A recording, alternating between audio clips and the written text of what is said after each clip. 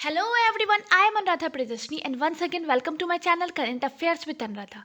आज मैं आप लोगों के साथ प्रतियोगिता दर्पण फरवरी 2021 का मेमोरेबल पॉइंट्स डिस्कस करूंगी। जो लोग मेरे चैनल पे नए हैं या फिर जिन लोगों ने नहीं देखा है, इससे पहले भी मैंने आप लोगों के साथ 2020 के बहुत सारे प्रतियोगिता दर्पण डिस्कस किए थे।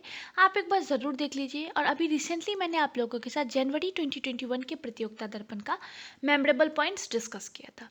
जैसा कि आपको पता है कि मैं किसी भी एक पर्टिकुलर मंथ के प्रतियोगिता दर्पण का 3 वीडियो अपलोड करती हूँ।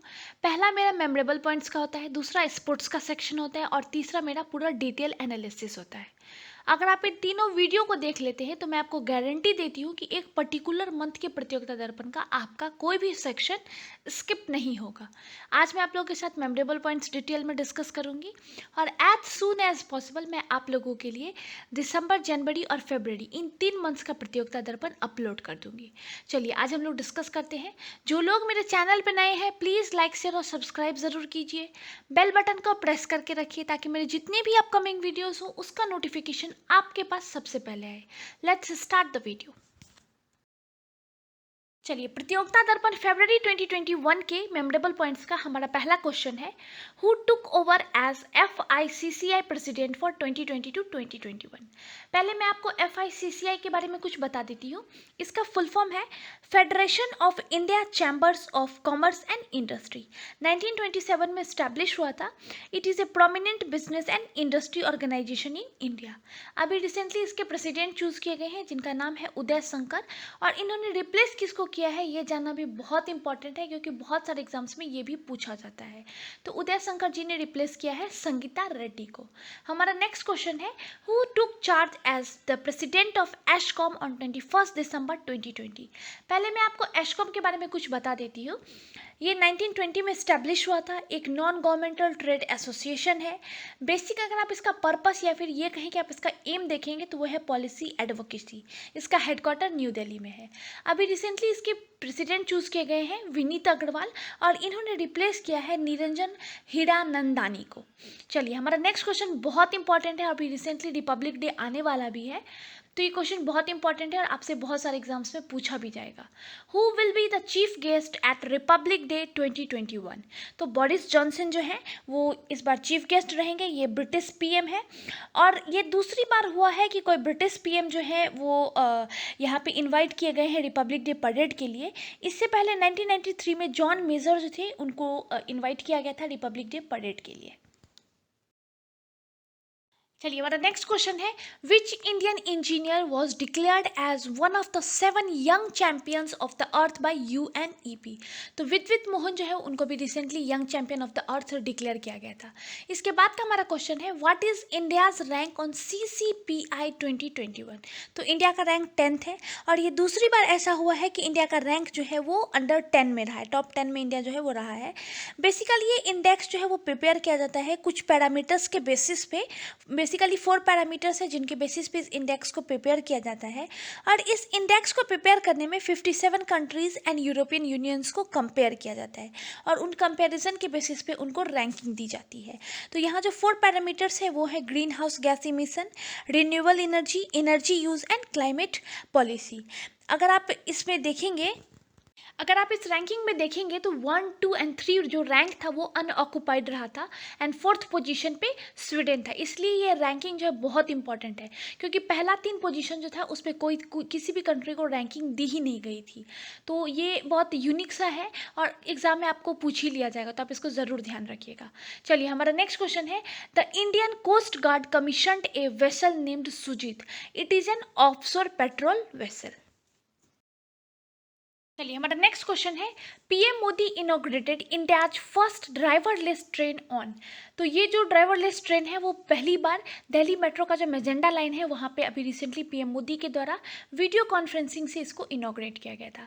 इसके बाद का हमारा क्वेश्चन बहुत इंपॉर्टेंट है, India's highest meteorological centre has been inaugurated in. ये जो सेंटर है वो लेह लद्दाख में इनॉग्रेट किया गया है एंड 3500 मीटर्स की हाइट पे ये जो मेट्रोलॉजिकल सेंटर है वो बनाया गया है। चलिए हमारा नेक्स्ट क्वेश्चन है, who has been named as the Times magazine first ever kid of the year in 2020। तो गीतांजलि राव जो है वो टाइम्स मैगजीन की kid of the year in 2020 रही थी। चलिए हमारा नेक्स्ट क्वेश्चन है, who has been selected as the commander of the SpaceX crew 3 mission to ISS। तो अभी जो कमांडर चूज किए गए हैं जिनका नाम है राजा चारी। इसके बाद का हमारा क्वेश्चन बहुत इंपॉर्टेंट है और बीपीएससी ले लीजिए या फिर आप बैंक जैसे एग्जाम का ये फेवरेट क्वेश्चन है। Which country declared A climate emergency with A placed of being carbon neutral bye 2025। तो ये जो है वो न्यूजीलैंड के द्वारा रिसेंटली डिक्लेयर किया गया है कि वो कार्बन न्यूट्रल हो जाएगा बाय 2025। इसके बाद का हमारा क्वेश्चन है, how many centimetres has been added to the revised height of Mount Everest after its remeasurement.